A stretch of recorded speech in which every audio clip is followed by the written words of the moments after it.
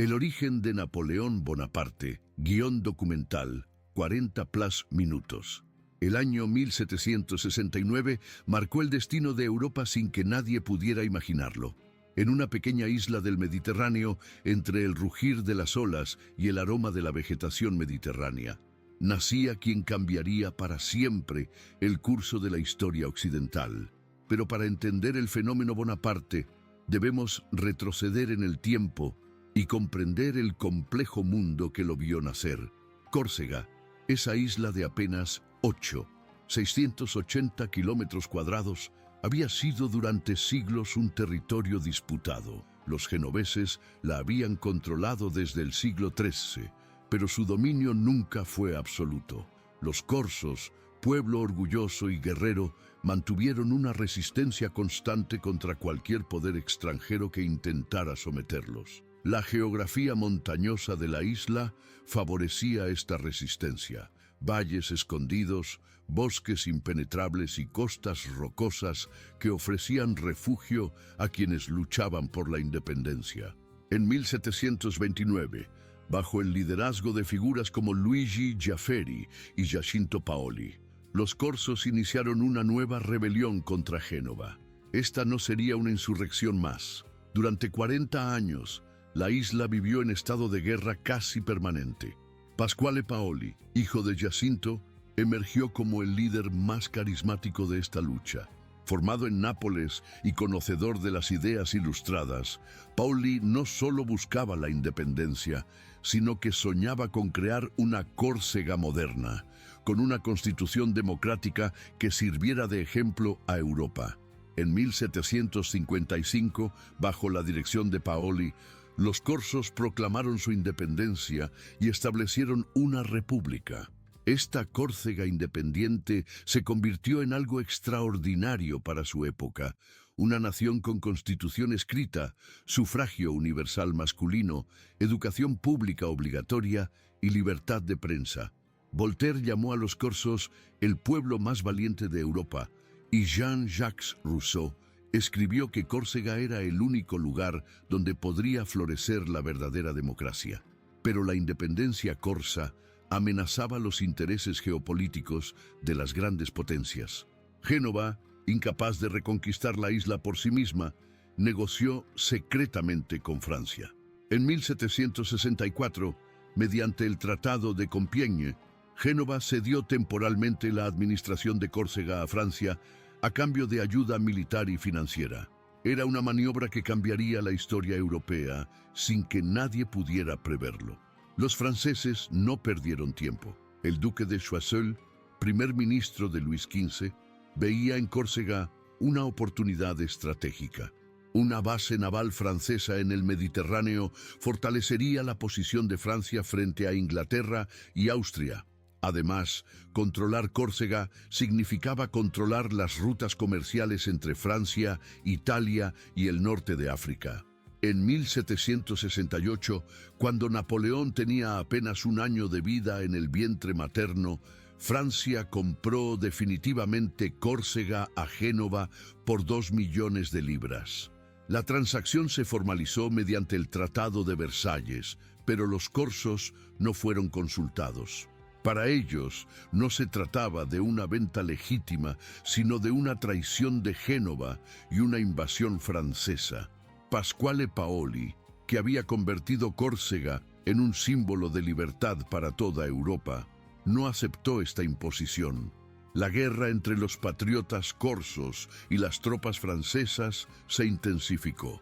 Los franceses enviaron 30.000 soldados, una cifra enorme para someter una isla de apenas 150.000 habitantes. Era una guerra desigual, pero los corsos conocían cada sendero de montaña, cada cueva, cada playa donde desembarcar suministros clandestinos. En este contexto de guerra y resistencia, creció Charles Bonaparte, el padre de Napoleón. La familia Bonaparte tenía raíces nobles que se remontaban al siglo XVI, cuando un Francesco Bonaparte había llegado desde Italia para establecerse en Ajaccio. Pero la nobleza corsa era diferente de la aristocracia continental, más austera, más vinculada a la tierra, más próxima al pueblo. Charles Bonaparte había estudiado Derecho en Pisa y Roma y hablaba perfectamente italiano, francés y corso. Era un hombre de la Ilustración, admirador de Voltaire y Rousseau, pero también un pragmático que entendía los vientos del cambio político. Cuando estalló la Guerra de Independencia, Charles se unió inicialmente a las fuerzas de Paoli. No era un militar profesional, pero su educación y su posición social lo convirtieron en una figura respetada dentro del movimiento independentista. Leticia Ramolino, quien se convertiría en la madre de Napoleón, provenía de una familia igualmente antigua, pero quizás más apasionada en su corseidad. Los Ramolino habían llegado a Córcega desde Lombardía en el siglo XV, pero se habían corsificado completamente. Leticia, nacida en 1750, era una mujer excepcional para su época, inteligente, decidida y físicamente resistente. Durante la Guerra de Independencia, acompañó a su esposo en las montañas, participando activamente en la resistencia antifrancesa.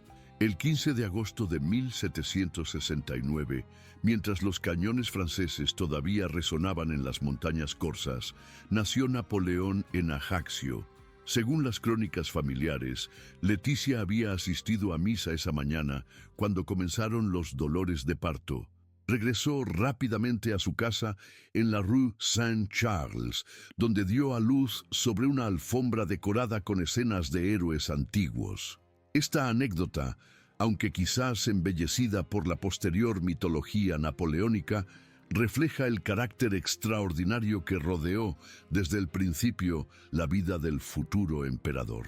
El timing del nacimiento de Napoleón fue crucial para su destino. Al nacer después de la anexión francesa de Córcega, automáticamente se convirtió en súbdito francés. Si hubiera nacido un año antes, habría sido ciudadano de la República Corsa de Paoli. Esta circunstancia legal le abriría más tarde las puertas de las escuelas militares francesas, oportunidad que no habría tenido como extranjero. Pero en 1769 el futuro de Córcega seguía siendo incierto. Paoli mantenía la resistencia desde las montañas del interior, mientras los franceses controlaban las ciudades costeras. La guerra se libraba con particular intensidad en los alrededores de Ajaccio, donde vivían los Bonaparte. Charles se debatía entre sus convicciones independentistas y la realidad de la superioridad militar francesa. El punto de inflexión llegó el 9 de mayo de 1769, en la batalla de Ponte Nuovo.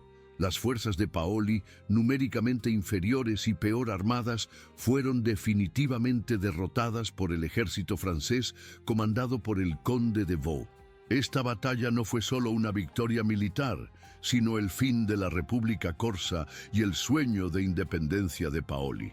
Tras la derrota, Paoli partió al exilio en Inglaterra, donde sería recibido como un héroe de la libertad. Muchos de sus seguidores lo siguieron, pero otros, como Charles Bonaparte, tomaron una decisión pragmática que cambiaría la historia: aceptar la realidad francesa y buscar prosperar dentro del nuevo orden. Charles Bonaparte comprendió que la resistencia armada había terminado, pero que la resistencia cultural e intelectual podía continuar de otras formas. Si los corsos iban a ser franceses, al menos algunos de ellos podrían ascender dentro del sistema francés y mantener viva la identidad corsa desde posiciones de poder. Esta decisión, aparentemente oportunista, tendría consecuencias extraordinarias para Europa. La transición no fue fácil para Charles. Muchos patriotas corsos lo consideraron un traidor por colaborar con los franceses. Pero Charles veía más allá del resentimiento inmediato. Francia no era solo el ocupante de Córcega, sino también la cuna de la Ilustración, el país de Voltaire y Diderot, la nación que estaba transformando Europa con nuevas ideas sobre política, sociedad y progreso. En 1771, Charles Bonaparte se casó con Leticia Ramolino en una ceremonia que simbolizó esta transición. La boda se celebró según el rito católico, pero también incorporó tradiciones corsas que mantenían viva la identidad local. Leticia, que apenas tenía 21 años, ya demostraba la fortaleza de carácter que transmitiría a sus hijos. Los primeros años de matrimonio de Charles y Leticia coincidieron con los intentos franceses de integrar Córcega en el reino. Los franceses aplicaron una política relativamente inteligente, respetaron las costumbres locales, mantuvieron cierta autonomía administrativa y ofrecieron oportunidades de ascenso social a las familias nobles corsas que aceptaran el nuevo orden. Charles Bonaparte aprovechó estas oportunidades. Su educación jurídica y su conocimiento de idiomas lo convirtieron en un intermediario valioso entre las autoridades francesas y la población corsa. Gradualmente, fue ganándose la confianza del gobernador francés, quien lo nombró para varios cargos administrativos menores. Mientras tanto, la familia crecía rápidamente. Después de Napoleón nacieron José en 1768, Luciano en 1775, Elisa en 1767, Luis en 1768, Paulina en 1780, Carolina en 1782 y Jerónimo en 1784. La casa Bonaparte se llenó de voces infantiles que hablaban corso en casa y francés en público, simbolizando la dualidad cultural que marcaría toda la generación. Leticia dirigía esta compleja casa con mano firme. A diferencia de muchas mujeres nobles de su época, participaba activamente en la educación de sus hijos. Les enseñaba historia corsa, les contaba leyendas de resistencia y heroísmo, pero también insistía en que aprendieran perfectamente el francés y las costumbres de la corte. Era una educación contradictoria pero efectiva. Mantenía viva la identidad corsa mientras preparaba a los niños para triunfar en el mundo francés. El pequeño Napoleón mostró desde muy temprano características que lo distinguían de sus hermanos. Era físicamente frágil, pero mentalmente precoz. Aprendió a leer antes de los 4 años y devoraba cualquier libro que llegaba a sus manos. Su memoria era prodigiosa. Podía recitar largos pasajes de Plutarco o repetir exactamente conversaciones escuchadas días antes. Pero también era un niño difícil. Tenía accesos de cólera incontrolables cuando las cosas no salían como él esperaba.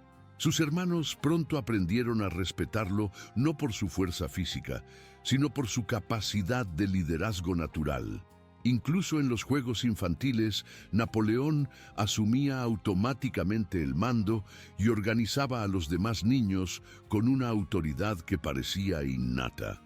La educación temprana de Napoleón estuvo marcada por 2 influencias aparentemente contradictorias. Por un lado, las historias de resistencia corsa que le contaba su madre lo llenaron de admiración por los héroes que luchaban contra la opresión. Paoli se convirtió en su primer ídolo, el modelo del líder que sacrifica todo por la libertad de su pueblo. Por otro lado, Charles se esforzaba por inculcar a sus hijos una educación cosmopolita y francesa. Napoleón aprendió latín con el abad Reco, quien le descubrió las vidas paralelas de Plutarco, libro que lo marcaría profundamente. Las biografías de Alejandro Magno, César, Aníbal y otros grandes conquistadores alimentaron su imaginación y despertaron en él sueños de gloria militar.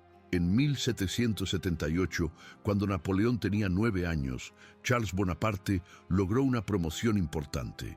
Fue nombrado diputado de la nobleza corsa ante el rey de Francia.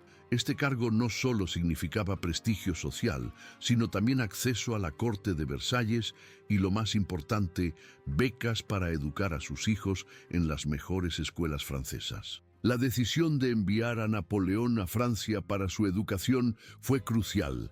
Charles había observado que los jóvenes corsos que permanecían en la isla tenían pocas posibilidades de ascenso social, mientras que aquellos que se educaban en Francia podían aspirar a carreras brillantes en el ejército, la administración o la iglesia. En enero de 1779, Napoleón partió hacia Francia acompañado de su hermano José. El viaje en barco desde Ajaccio hasta Marsella fue su primera experiencia fuera de Córcega.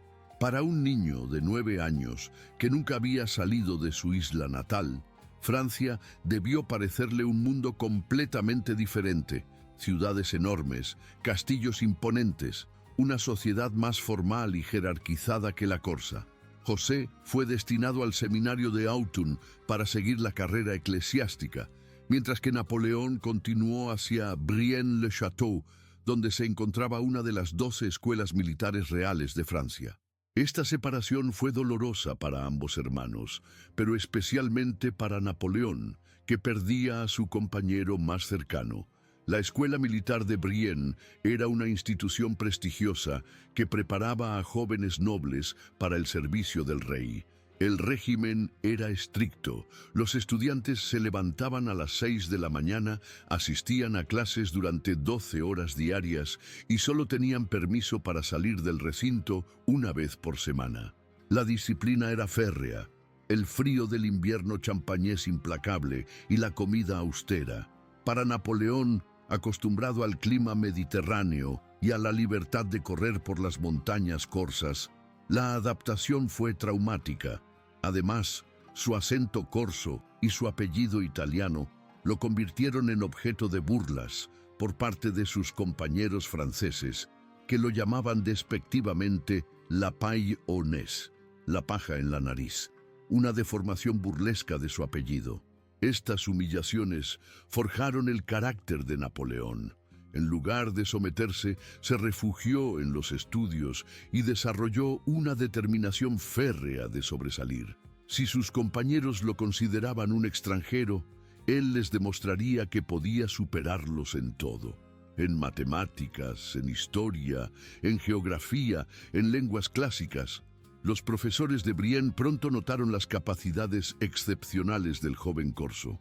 Su profesor de matemáticas escribió en un informe: "Este estudiante posee una aplicación y un conocimiento de las matemáticas superiores a su edad. Si continúa por este camino, llegará lejos". Su profesor de historia añadía: "Tiene una memoria prodigiosa para los hechos históricos y una comprensión excepcional de la estrategia militar de los grandes capitanes del pasado". Pero Napoleón no era simplemente un estudiante brillante.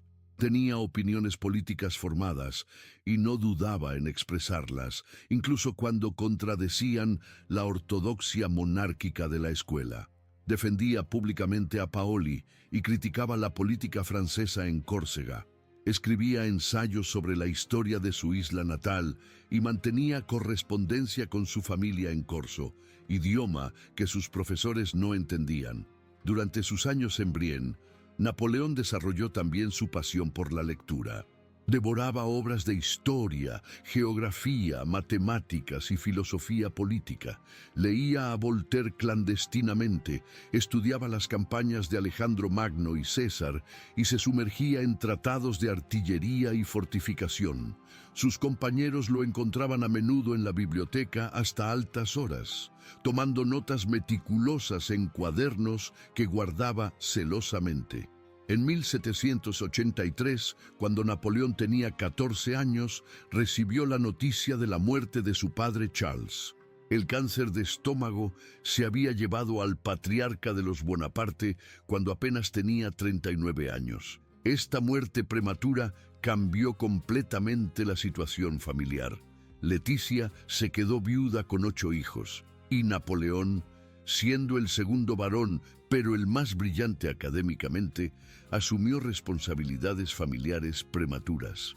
La muerte de Charles también significó el fin de muchas de las ventajas sociales que la familia había disfrutado. Sin el sueldo de diputado y sin los contactos en la corte, los Bonaparte enfrentaron dificultades económicas. Napoleón comprendió que su educación era ahora más crucial que nunca. De su éxito dependía el futuro de toda la familia. En 1784, Napoleón completó sus estudios en Brienne con notas excepcionales. Sus profesores lo recomendaron para continuar en la École Militaire de París, la institución más prestigiosa para la formación de oficiales del ejército francés. De los 58 estudiantes de su promoción en Brienne, solo 4 fueron seleccionados para París. Era un honor extraordinario para un joven corso de familia relativamente modesta. La École Militaire de París era un mundo completamente diferente de Brienne. Ubicada en un imponente edificio diseñado por Jacques Saint-Gabriel, la escuela formaba a la élite militar francesa. Los estudiantes vivían en habitaciones individuales, comían en vajilla de plata y recibían una educación que combinaba ciencias exactas, ingeniería militar, equitación, esgrima y protocolo cortesano. Napoleón ingresó en la especialidad de artillería, una elección que reflejaba tanto sus aptitudes matemáticas como su carácter práctico. La artillería era considerada el arma más técnica y científica del ejército, pero también ofrecía mejores oportunidades de ascenso para oficiales sin grandes fortunas familiares. Era el arma del mérito más que del nacimiento.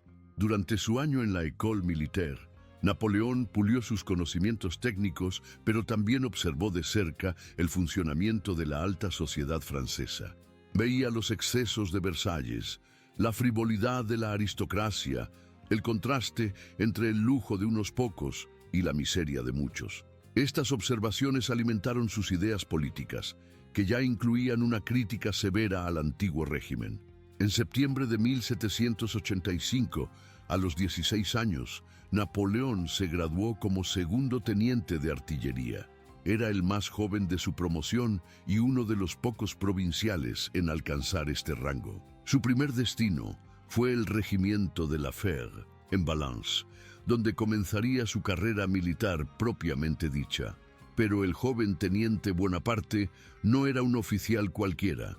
Llevaba consigo la memoria de su isla natal, las lecciones de resistencia aprendidas de su madre, la educación ilustrada recibida de su padre y una ambición desmedida alimentada por años de humillaciones y triunfos académicos.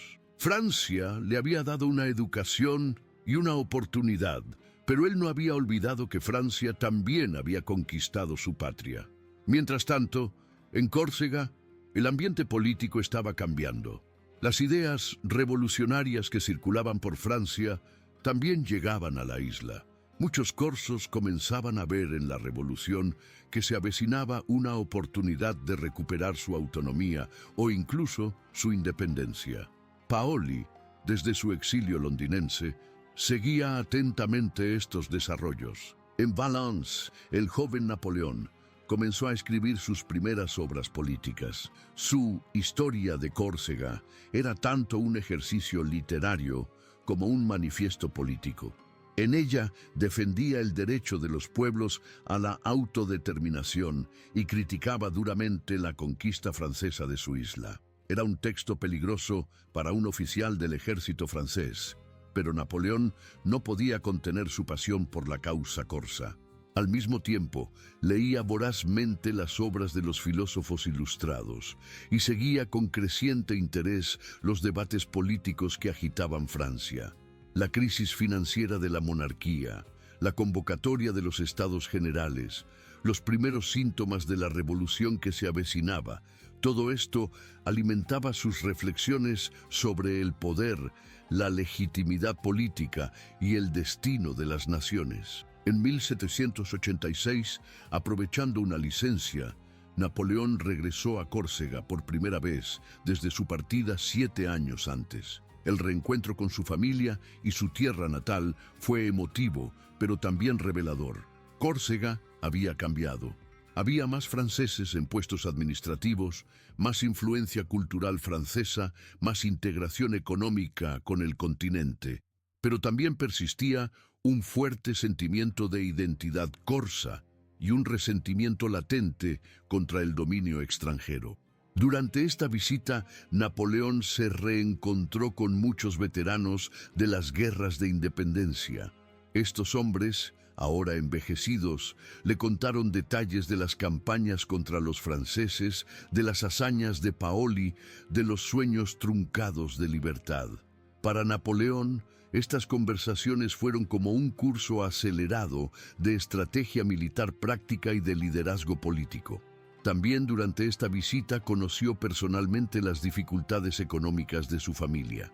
Sin el sueldo de Charles, los Bonaparte dependían principalmente de los ingresos de algunas propiedades rurales y de las pequeñas pensiones que Leticia había logrado obtener del gobierno francés.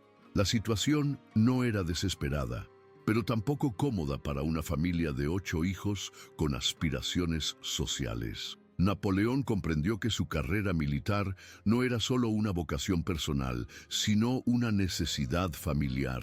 Sus ascensos y su sueldo podían hacer la diferencia entre la prosperidad y la mediocridad para todos los Bonaparte. Esta responsabilidad añadió urgencia a sus ambiciones. De regreso en Francia, en 1787, Napoleón fue destinado a la Escuela de Artillería de Auxonne, donde perfeccionó sus conocimientos técnicos bajo la dirección del general Dutheil, uno de los mejores teóricos militares de su época. Dutheil no solo enseñaba el manejo de cañones, sino que también exponía teorías avanzadas sobre el uso concentrado de la artillería como arma decisiva en los campos de batalla. Estas lecciones marcarían profundamente la futura estrategia napoleónica. La idea de concentrar fuego de artillería en puntos específicos para romper las líneas enemigas se convertiría en una de las claves de sus victorias posteriores. Pero en 1787, Napoleón era solo un joven teniente que tomaba notas meticulosas y soñaba con aplicar estos conocimientos en combates reales. La crisis política francesa se agravaba mes a mes. La convocatoria de los Estados Generales para mayo de 1789 generó expectativas enormes en todo el reino. Incluso en Córcega se especulaba sobre posibles cambios en el estatus de la isla. ¿Podría una Francia revolucionaria reconocer el derecho corso a la autonomía? ¿Regresaría Paoli del exilio para liderar una nueva fase de la política corsa? Napoleón siguió estos acontecimientos con pasión creciente.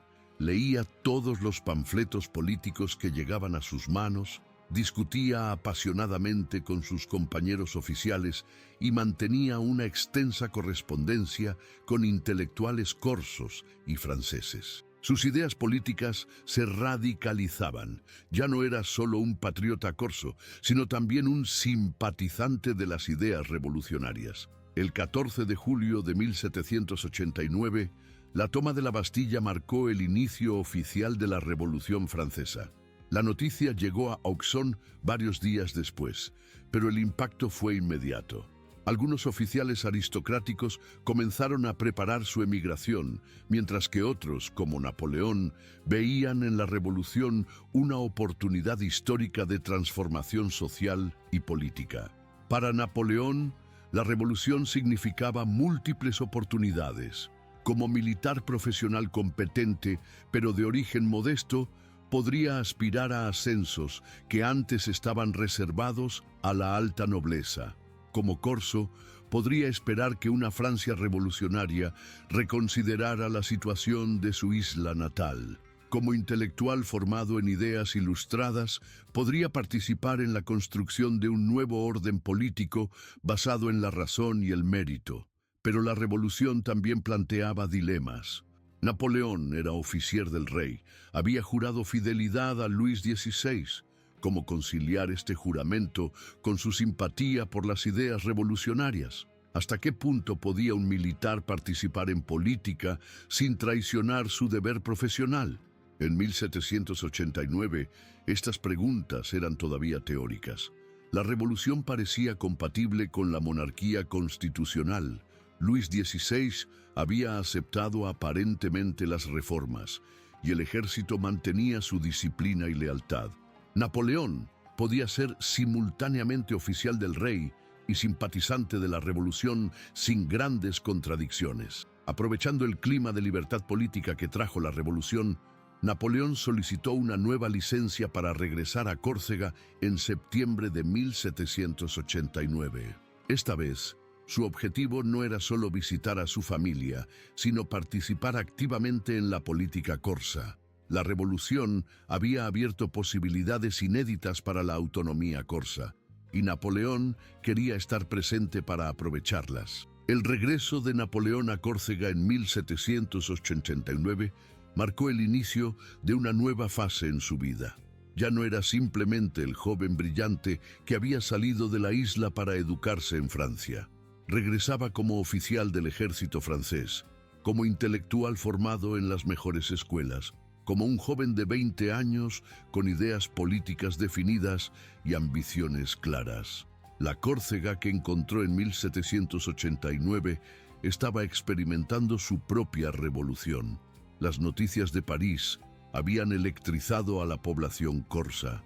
Se formaron clubes jacobinos en Ajaccio y Bastia. Se redactaron peticiones demandando mayor autonomía y comenzaron a circular rumores sobre un posible regreso de Pasquale Paoli del exilio. Napoleón se sumergió inmediatamente en esta efervescencia política. Participó en las reuniones del Club Jacobino de Ajaccio, escribió panfletos defendiendo los derechos corsos y estableció contactos con todos los grupos políticos de la isla. Su educación francesa y sus conexiones militares lo convirtieron en una figura respetada, pero su juventud y su temperamento impulsivo también generaron resistencias. La gran noticia llegó en 1790.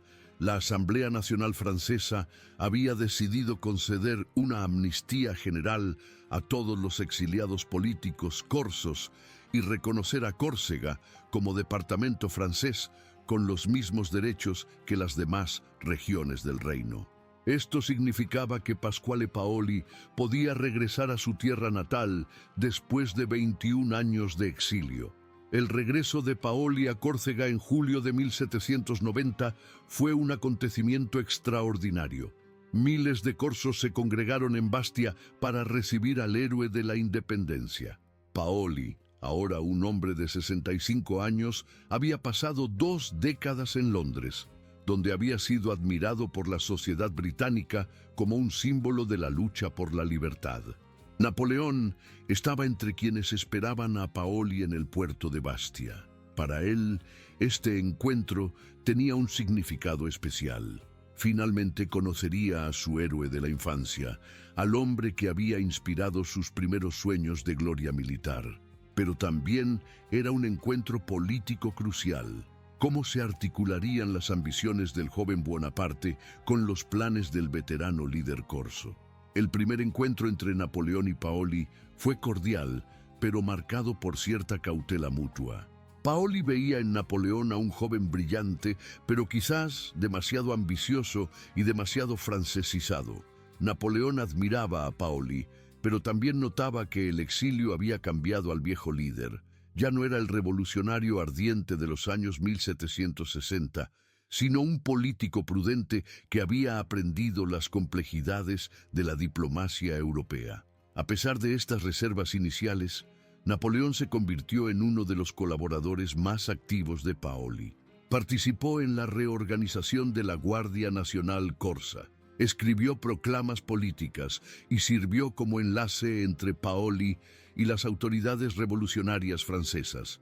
Era una posición delicada que requería equilibrar la lealtad a Córcega con la fidelidad a Francia. Pero esta colaboración no duraría mucho. Las diferencias entre Napoleón y Paoli se fueron acentuando a medida que la Revolución Francesa se radicalizaba. Paoli, formado en la tradición política británica, desconfiaba del jacobinismo radical y prefería una autonomía corsa gradual dentro de un marco monárquico constitucional. Napoleón, por el contrario, se identificaba cada vez más con las posiciones jacobinas más radicales. La ejecución de Luis XVI en enero de 1793 marcó un punto de ruptura definitivo. Paoli condenó el regicidio y comenzó a distanciar Córcega de la Francia revolucionaria, mientras que Napoleón defendía públicamente la República y la eliminación de todos los vestigios del antiguo régimen. La ruptura final llegó en la primavera de 1793. Paoli, convencido de que la Francia jacobina representaba una amenaza para la identidad corsa, decidió romper con París y solicitar la protección británica. Era una decisión que repetiría el patrón histórico corso. Cuando un poder continental se volvía demasiado opresivo, los corsos buscaban el apoyo de su rival marítimo. Para Napoleón, la decisión de Paoli significaba elegir entre Córcega y Francia, entre sus orígenes y su carrera, entre la lealtad tribal y la ambición personal. No fue una elección fácil, pero finalmente optó por Francia. Denunció públicamente a Paoli como traidor a la República y organizó la resistencia corsa a favor de los jacobinos franceses. Esta decisión cambió para siempre la vida de Napoleón y de su familia. Los partidarios de Paoli declararon a los Bonaparte traidores a Córcega y enemigos del pueblo corso. La casa familiar en Ajaccio fue saqueada, sus propiedades confiscadas y toda la familia tuvo que huir precipitadamente hacia Francia en junio de 1793. El exilio de los Bonaparte marcó el fin de la fase corsa en la vida de Napoleón.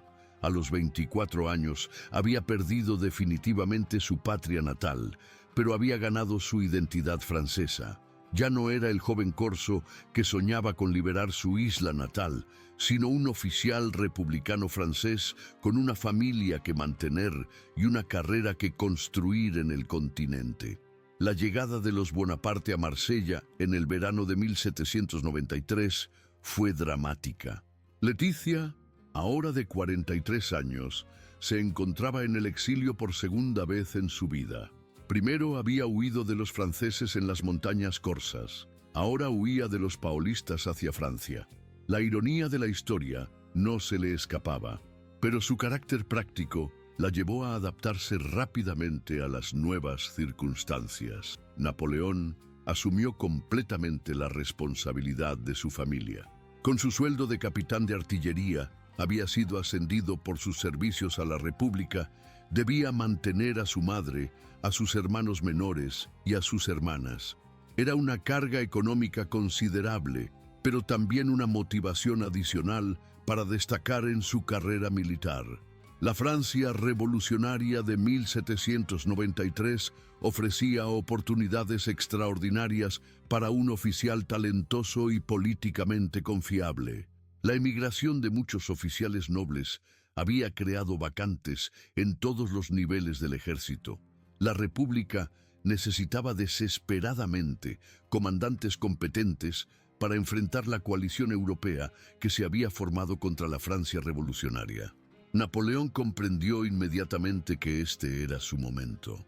La guerra que se extendía por todas las fronteras francesas no era solo una lucha por la supervivencia de la República, sino también una oportunidad para que oficiales de origen modesto demostraran su valía y ascendieran rápidamente en la jerarquía militar. Su primera oportunidad llegó en septiembre de 1793, durante el sitio de Tolón. Esta ciudad portuaria, la más importante base naval francesa en el Mediterráneo, se había sublevado contra la República y había entregado su flota a los británicos. Era una traición que amenazaba la posición estratégica de Francia en el sur y que había que resolver urgentemente. El ejército republicano que sitió Tolón estaba mal organizado y peor dirigido. Los comandantes, nombrados más por su ortodoxia política que por su competencia militar, no lograban coordinar un asalto efectivo contra las defensas de la ciudad. La artillería, en particular, estaba mal empleada. Los cañones se dispersaban inútilmente sin concentrar su fuego en puntos decisivos. Napoleón llegó a Tolón como capitán de artillería de reemplazo, después de que el comandante anterior hubiera resultado herido. Su nombramiento inicial pasó desapercibido. Era solo otro oficial joven en un ejército lleno de promociones rápidas e improvisadas. Pero desde el primer día, Napoleón demostró que era diferente. Primero estudió meticulosamente el terreno y las defensas enemigas. Trepó personalmente a las colinas que rodeaban Tolón, examinó cada batería enemiga, calculó distancias y ángulos de tiro. Sus conocimientos teóricos, adquiridos en Auxonne bajo la dirección del general Dutheil, se combinaron con una intuición práctica excepcional para el terreno y la táctica.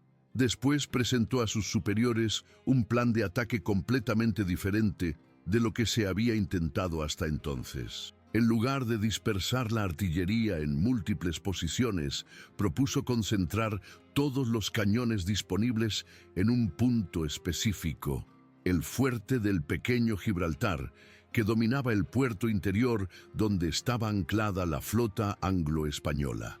La lógica del plan era implacable. Si las baterías republicanas podían tomar el fuerte del pequeño Gibraltar, sus cañones harían insostenible la posición de la flota enemiga en el puerto. Sin apoyo naval, la guarnición de Tolón no podría resistir mucho tiempo.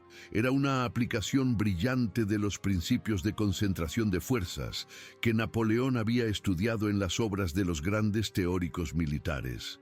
Pero el plan también requería precisión técnica excepcional en el manejo de la artillería. Los cañones debían colocarse en posiciones exactas, calculadas matemáticamente para alcanzar objetivos específicos a distancias determinadas.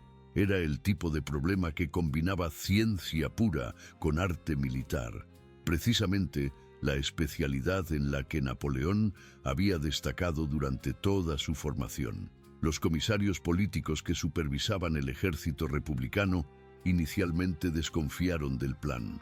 Napoleón era todavía muy joven, su acento corso era notable y su propuesta contradecía las opiniones de oficiales más veteranos. Pero la situación militar era tan desesperada que finalmente decidieron aprobar el plan del joven capitán.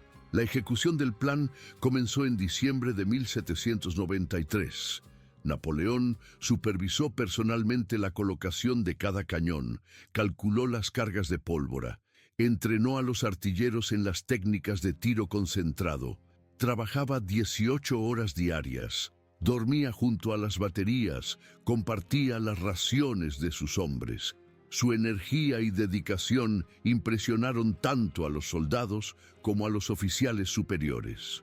El bombardeo del fuerte del pequeño Gibraltar comenzó el 17 de diciembre de 1793.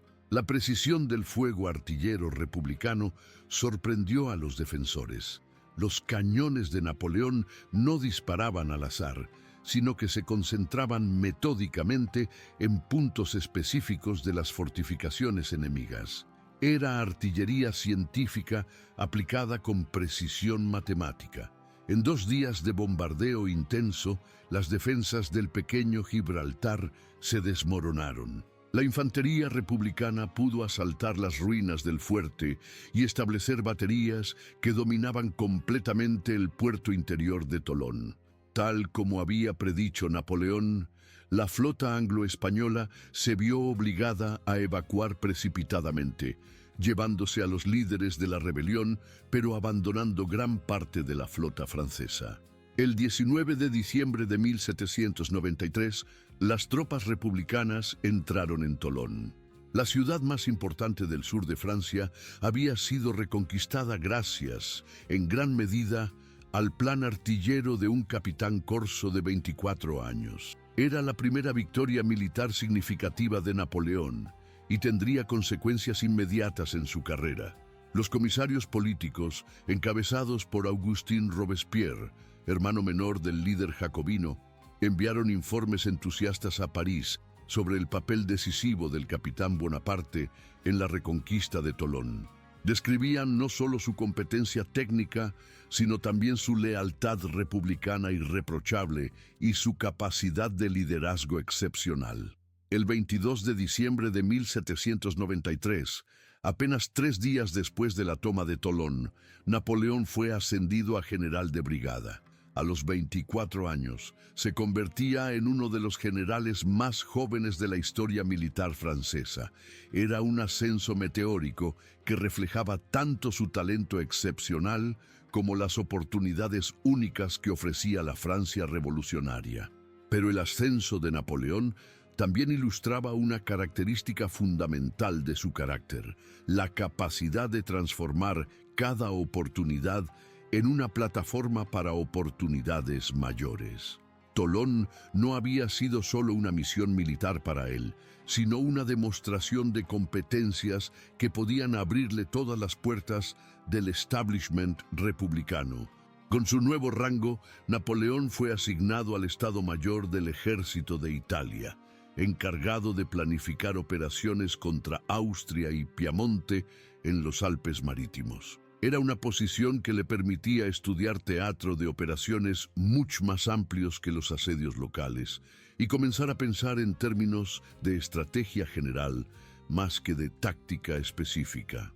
Durante los meses siguientes, Napoleón elaboró varios planes para campañas ofensivas en el norte de Italia. Sus propuestas mostraban una comprensión sofisticada de la geografía alpina, de la política italiana y de las posibilidades estratégicas que ofrecía una guerra de movimiento en territorio enemigo. Era estrategia militar de gran escala, muy diferente de la artillería técnica que había aplicado en Tolón. Pero la carrera ascendente de Napoleón sufrió un revés inesperado en julio de 1794, cuando cayó Robespierre en el episodio conocido como Thermidor. Augustin Robespierre, su protector político, fue ejecutado junto con su hermano mayor. Napoleón, identificado como robespierrista, fue arrestado y permaneció 2 semanas en prisión bajo sospecha de traición. Esta experiencia carcelaria marcó profundamente a Napoleón. Comprendió que en la política revolucionaria las lealtades podían cambiar de la noche a la mañana y que la supervivencia dependía tanto de la habilidad política como de la competencia militar. La República podía ofrecer oportunidades extraordinarias, pero también peligros mortales para quienes no navegaran cuidadosamente las corrientes políticas. Finalmente, fue liberado por falta de evidencias, pero su carrera había sufrido un golpe. Los nuevos dirigentes termidorianos desconfiaban de los oficiales demasiado identificados con el robespierrismo. Napoleón se encontró marginado, sin mando efectivo, viviendo con una pensión reducida en París mientras esperaba una nueva asignación. Estos meses de inactividad forzosa en París fueron cruciales para la formación intelectual y social de Napoleón. Por primera vez desde su adolescencia, tuvo tiempo para leer extensamente, para frecuentar salones intelectuales, para observar de cerca el funcionamiento de la política parisina. Era una educación política complementaria a su formación militar. En los salones de París, Napoleón conoció a intelectuales, políticos, financieros y miembros de la alta sociedad que habían sobrevivido a la revolución. Aprendió las sutilezas de la conversación cultivada, los matices de la negociación política, las complejidades de las relaciones sociales en una sociedad post-revolucionaria.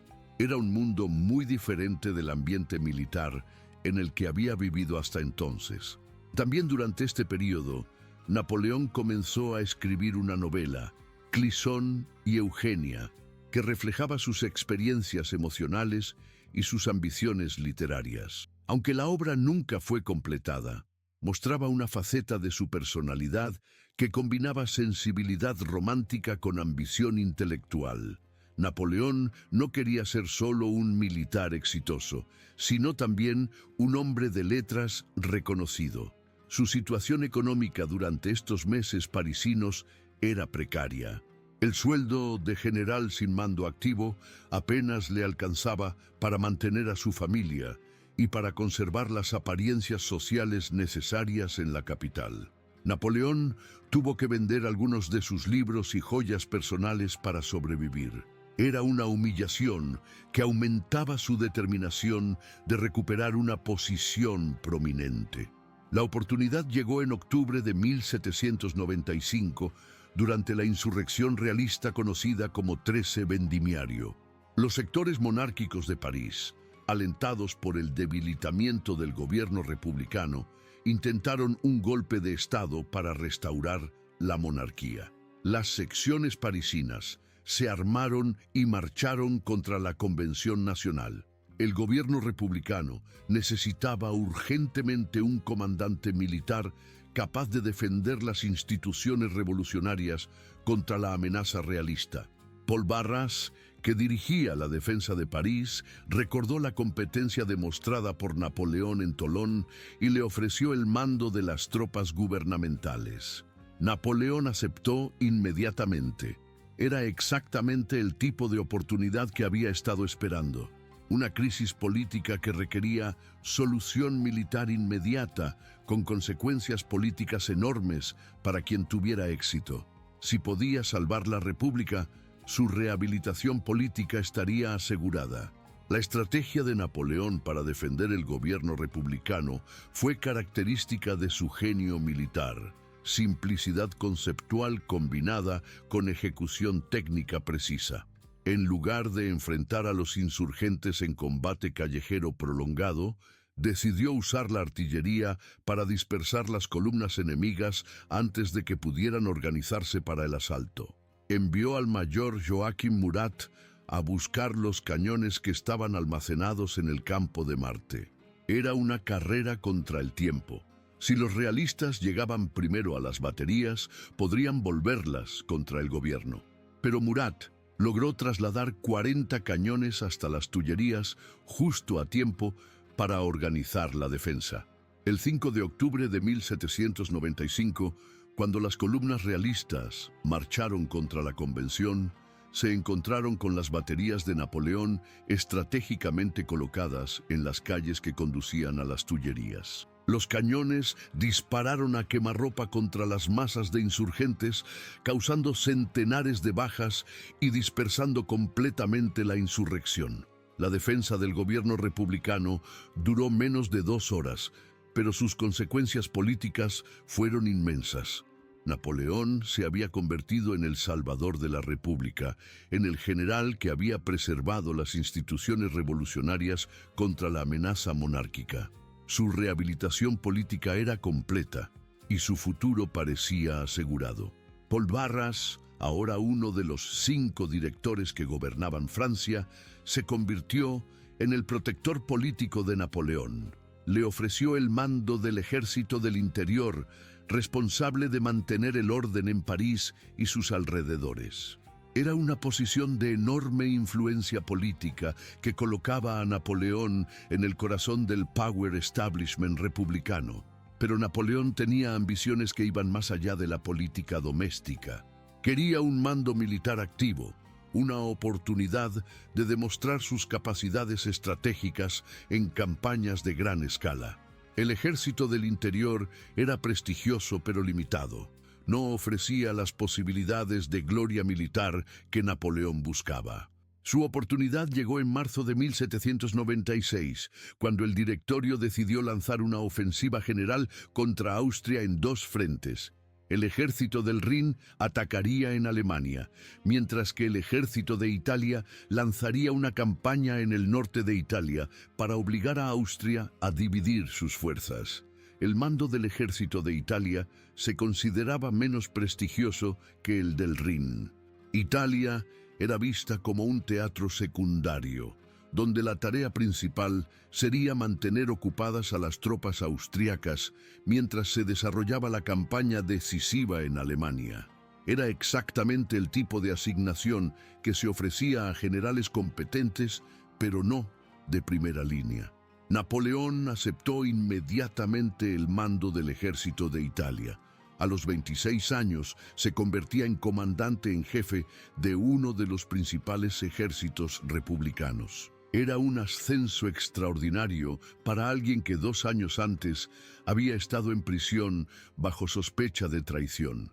Pero antes de partir hacia Italia, Napoleón tomó una decisión personal que tendría consecuencias duraderas. Se casó con Josefina de Beauharnais, viuda de un general guillotinado durante el terror. Era una alianza que combinaba pasión personal con cálculo político. Josefina tenía conexiones sociales valiosas y experiencia en los salones parisinos que complementaban las ambiciones de Napoleón.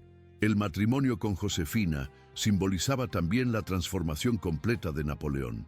Ya no era el joven corso nostálgico de su isla natal, sino un general francés casado con una aristócrata parisina, comandante de un ejército republicano, integrado completamente en el establishment político y social de la Francia post-revolucionaria.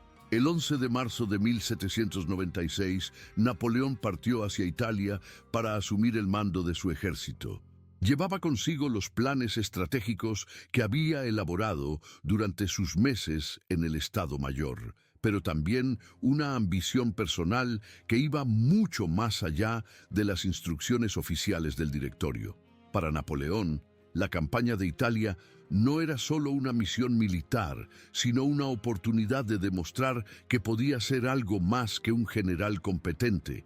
Quería probar que podía ser un líder político, un conquistador, un reformador social, un legislador.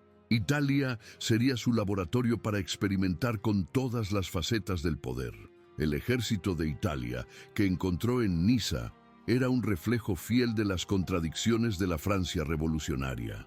Los soldados eran veteranos endurecidos por años de guerra, políticamente conscientes, fieramente republicanos, pero también estaban mal equipados, irregularmente pagados y desmoralizados por una serie de comandantes incompetentes. Napoleón comprendió inmediatamente que antes de pensar en estrategia debía solucionar los problemas básicos de su ejército.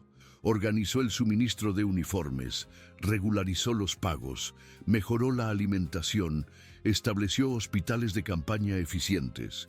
Era administración militar práctica, pero también una demostración de que el nuevo comandante se preocupaba genuinamente por el bienestar de sus hombres. Al mismo tiempo, comenzó a moldear la mentalidad de sus tropas. Sus proclamas combinaban retórica revolucionaria con promesas concretas de botín y gloria. «Soldados, estáis desnudos y mal alimentados», les decía.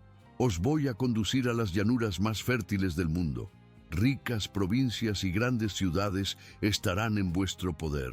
Era una retórica que apelaba tanto al idealismo revolucionario como a los intereses materiales más básicos. Napoleón había aprendido que para motivar a un ejército revolucionario no bastaba con invocar principios abstractos. Había que ofrecer también recompensas tangibles y perspectivas de mejoramiento personal. La primera fase de la campaña italiana confirmó todas las expectativas sobre el genio militar de Napoleón. En menos de un mes, derrotó sucesivamente a los ejércitos piamontés y austriaco, ocupó Milán y transformó completamente la situación estratégica en el norte de Italia. Era una demostración de guerra de movimiento que recordaba las campañas de Alejandro Magno o César. Pero las victorias militares fueron solo el comienzo de la transformación napoleónica de Italia. Como conquistador, Napoleón no se limitó a ocupar territorio enemigo, sino que comenzó a reorganizar completamente las estructuras políticas, sociales y económicas de las regiones conquistadas. Estableció repúblicas hermanas modeladas según el sistema francés, promulgó constituciones liberales, abolió el feudalismo, confiscó propiedades eclesiásticas, creó sistemas educativos modernos. Era revolución exportada por las bayonetas, pero también un laboratorio de reformas sociales que anticipaba las transformaciones que Napoleón aplicaría más tarde en toda Europa. Al mismo tiempo, la campaña italiana demostró otro aspecto fundamental del carácter napoleónico: su capacidad para combinar idealismo revolucionario con pragmatismo político más crudo. Mientras proclamaba la liberación de los pueblos italianos, también exigía enormes contribuciones de guerra, requisaba obras de arte e imponía condiciones económicas duras a las ciudades conquistadas. Era una contradicción que caracterizaría toda la carrera posterior de Napoleón: el liberador que era también conquistador, el revolucionario que era también opresor, el reformador que era también explotador. Italia fue la primera manifestación de esta dualidad fundamental en la personalidad napoleónica. Las noticias de las victorias italianas transformaron la posición política de Napoleón en París.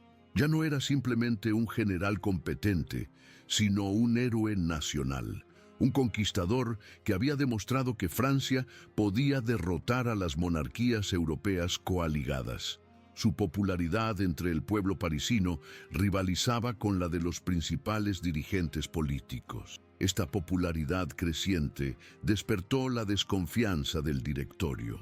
Los políticos parisinos comprendían que un general demasiado exitoso podía convertirse en una amenaza para las instituciones republicanas. La historia romana, que todos conocían, ofrecía ejemplos abundantes de generales victoriosos que habían terminado destruyendo la república que habían servido. Napoleón, por su parte, comenzó a comportarse más como un soberano independiente que como un general subordinado al gobierno civil. Negoció tratados internacionales por su cuenta, estableció políticas administrativas sin consultar París y mantuvo correspondencia directa con potencias extranjeras. Era una autonomía que anticipaba desarrollos posteriores. La campaña italiana había transformado completamente a Napoleón.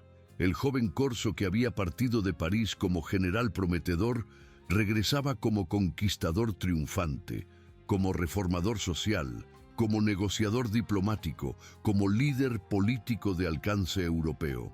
En menos de 2 años había pasado de la marginalidad política a la prominencia internacional. Pero Italia había sido solo el primer acto del drama napoleónico. Las ambiciones despertadas por el éxito militar, la experiencia del poder político, la visión de las posibilidades que ofrecía una Europa en transformación, todo esto convertiría al general victorioso en algo mucho más grande y peligroso, en el hombre que cambiaría para siempre el destino de Europa y del mundo. El origen de Napoleón Bonaparte.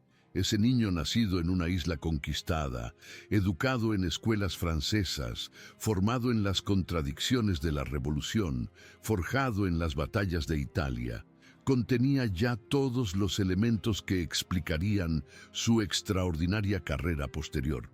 Córcega le había dado el orgullo y la resistencia, Francia la educación y las oportunidades, la revolución la ideología y los medios, Italia la experiencia del poder y la visión de las posibilidades. De esta combinación única nació el fenómeno que dominaría Europa durante los siguientes 20 años.